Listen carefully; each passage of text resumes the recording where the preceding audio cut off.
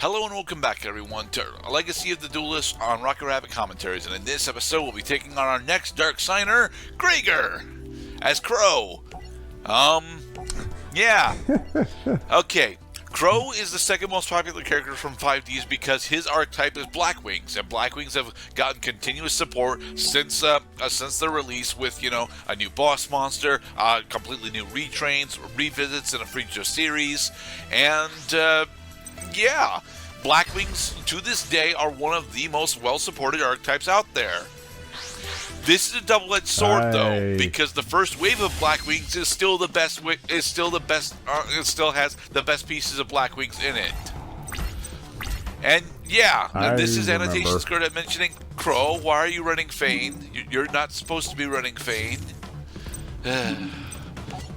I like Blackwings, I do, but I do not like the version of Blackwings that we're playing with in this game.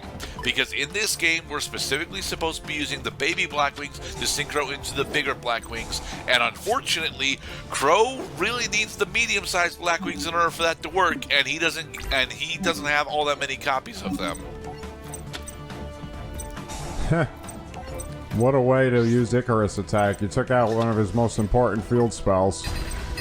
Yeah. Oh, there we go. Black Whirlwind. One of the most powerful continuous spells ever printed. You want to know why Blackwings are so consistent for the 10 years that we were here? It's because of Crow. I normal summoned Fane. Are you telling me you're seriously not running any more copies of Mistral? All right, because Black Whirlwind was supposed to activate. Yeah, and not only did it not, because it didn't activate, I don't have any more copies of Mistral in my deck. So now what am I supposed to do? Because I have effectively 2 dead monsters in my hand, 3 dead monsters in my hand now. Right, because it's another Fane. It has the same amount of attack as the Fane we just put in the graveyard. But we can attack him directly. And he uses Sakura's armor. That's actually a really good thing for me that he used Sak there. Because the Blackwings, none of the Blackwings actually have good protection on them, with the exception of Armor Master. And Armor Master's protection is very specifically tied to battle protection, which is a great level of protection for certain. But it's also, just a level of protection. It's damn it! I was hoping we were going to draw into Sirocco. Sirocco would have been nice, certainly, but it wouldn't have actually helped us out that much unless we went after Gen X Controller. Oh, well, right. It would have allowed us to... The other thing that I need to mention about Greigar, his Dark Signer synchro is Dark Flat Top, which ties directly into the Flying Fortress Skyfire. And we got 2 dead trap cards, so we're dead. Yay. I dislike the variant of Crow that they had us play with, because I would never run a Blackwings deck that's got multiple copies of Fane but only a single copy of Mistral the Silver Shield. That just does not make any amount of sense to me. Defense. Destroy the field spell to destroy Earthbound Immortals. We did destroy the field spell, and it still killed us. Yeah. No, there was no Earthbound Immortal on the field to have been destroyed because of state-based actions. Well, actually, because of card effects. But that is an interesting thing to bring up. A majority of the time, because we're in Yu-Gi-Oh! 5Ds now, it's actually relatively difficult for the Dark Signers to get their Earthbound Immortals out and keep them out, specifically because it's very easy at this point in Yu-Gi-Oh!'s history to deal with field spells. One of the big things that actually makes the Earthbound Immortal slightly more viable during the current history of Yu-Gi-Oh! Is that Earthbound Immortals both players can actually have field spells active, and by playing a field spell, you don't immediately destroy your opponents. During 5Ds, this was not the case. If you set a field spell while your opponent had an active one and had an active field spell and an Earthbound Immortal on the field, then their Earthbound Immortal would be destroyed by its effect. very diplomatic that they would affect only the sub-tier, only the archetypes that are not tier 0 or tier 1 were affected by that rule change. Because even after they made it so that Earthbound Immortals would not be destroyed just because your opponent played a field spell while you controlled one, they're still not that viable. Yeah, and what's interesting about that specifically is that we just got another wave of Earthbound Immortal support. Like, they've got a new synchro, they've got a new floater, they've got a couple new spells and traps. For the record, the Earthbound Immortal spells and traps are hilariously powerful if you get an Earthbound Immortal out. But getting an Earthbound Immortal actually out becomes the big issue. I think now is a good time to. I mean, true Dark Sanctuary would cause a moderate probability that can't destroy the Solar Flare Dragon. You still could have gotten Guardian Sphinx onto the field. I could have, but to be perfectly honest, I didn't want to spend 1,000 life points just when I'm going to be winning next turn anyway. So. Right. Because now that Greigar is low on life points, we've all but shut down his Mausoleum of the Emperor. He has not shown a good ability to regain life points once he spent them. Oh, but what is this? It's Earthbound Immortal Chucko Jahola. Nice. This is Patches O'Houlihan saying, signing off. Yeah, we stopped his attack. Well, no, we did not stop his attack. But Dark Sanctuary stopped the attack of Summon Reactor SK, and then from here, we can use Fissure in order to blow up Summon Reactor SK, and then, come on, do the thing.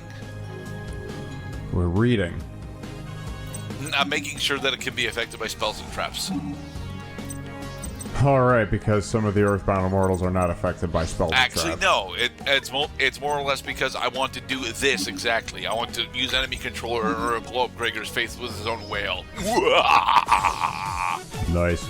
Unfortunately, I couldn't use the Whales Up Burn effect, which is what I actually wanted to do there, but enemy controller makes it so I can't actually change the battle position of the card I swipe. And so Greigar goes to his grave full of regrets, and putting that burden specifically on a Crow. So, now we get to one of the more powerful of the Dark Signers, Kalin. Kalin is very famous specifically because he got one of the most powerful archetypes, and I mean this quite literally, ever printed during the 5Ds era. Kalin's running Infernities, and very good Infernities at that. The problem is, although he's running very good and very powerful Infernities, he is also running Earthbound Immortal Sepik Apu. So it's relatively difficult for those to play nice together, because Infernities need to have an empty hand in order for a majority of their effects to grow off, but you need to actually stall out quite a bit in order to successfully, use your Earthbound Immortal cards. I like it that past Gerdad had to check the extra deck to see, okay, what did they give me this time? Yeah, because I've got a play that allows me to go into Sync 7 right now. I can summon Trident a Warrior and then go into a Junk Warrior in order to Sync 7 specifically for Junk Archer. And I don't have Junk Archer this time. Specifically, what they want me to do is go into Majestic Star Dragon. And here is one of the really big things that they gave Kalin in order to make him a bigger threat this time, despite the fact that he already has one of the more powerful archetypes. They switched his field spell. I forget what field spell that he had originally, but it most certainly was not Archfiend Paralabrynth. But now that he's got Archfiend Paralabrynth, all of his Archfiend monsters are significantly better statted. One of the more terrible things about a majority of the Archfiend archetype was actually the fact that, well, aside from Infernity Archfiend itself, most of the Infernity monsters were pretty goddamn terrible on stats. Infernity Beast is okay, but not great. Infernity Dwarf is fucking terrible, but as a consequence gives all of your Infernity monsters piercing, as long as it's out. And Avenger actually has 0 stats. Beetle, although is a very important part of the archetype, is incredibly small. And I don't know why he's running Ally Mind. I just don't, man. Thankfully, we got Delta Flyer, and we can use Delta Flyer now to modulate one of our other monsters' levels up, so that we can sink into 8 for Stardust Dragon. Nice. I'm talking too much. I have to cough. Epic entry animation. Stardust Beam. Yay. Alright, and then we'll have Stardust attack Ally Mind. He'll use Depth Amulet, discarding Sepik Apu, and then from there we will end our turn. He's gonna get Call of the Haunted to try to bring the Earthbound Immortal back. I don't think it would be Guaranteed. Call of the Haunted that he used for that, actually. Although, this is a problem. Thankfully, it's not the 100 Eyes it's not the anime version of 100 Eyes Dragon, but yeah, this is an issue. How do we get over 100 Eyes Dragon without using, well, specifically a majestic Stardust Dragon? You see, what we're supposed to do here is already have Majestic Dragon in our hand. That way we can summon it, then special summon Boost Warrior, then go into Majestic Star Dragon. But, yeah.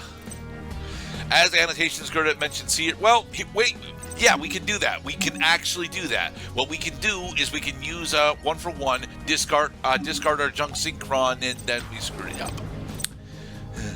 Misplay. Oh, well. We're able to come back on it anyway. Go into Majestic Dragon.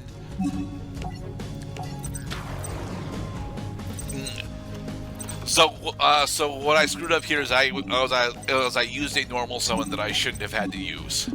Majestic Stardust Dragon, and then Boost Warrior in order to go into Majestic Star Dragon. This will be the only time I will ever successfully summon this fucking monster. Nice. Alright, so I believe I'm going to use Majestic Star Dragons in order to negate the effects of 100 Eyes, right? Please tell me that that's what I'm wanting to do. Oh, you better stop him before he gets to his next main phase.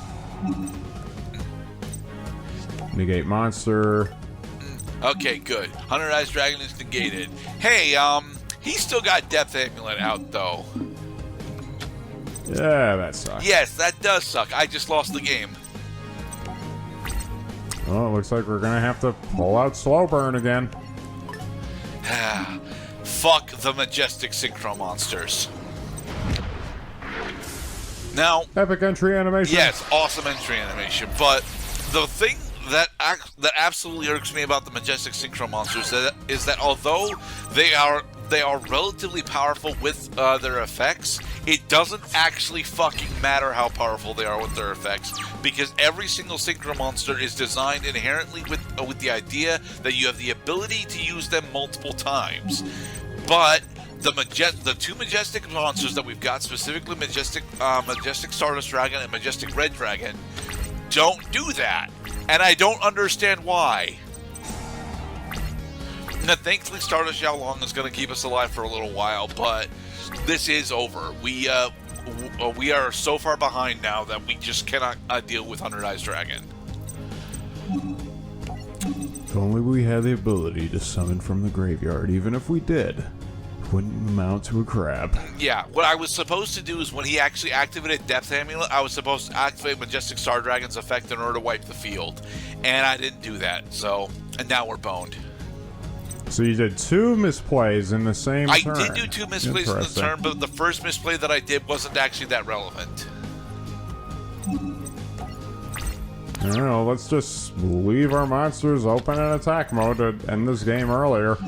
Hey, I am attempting to use cards of sacrifice here. Thank you. Draw two.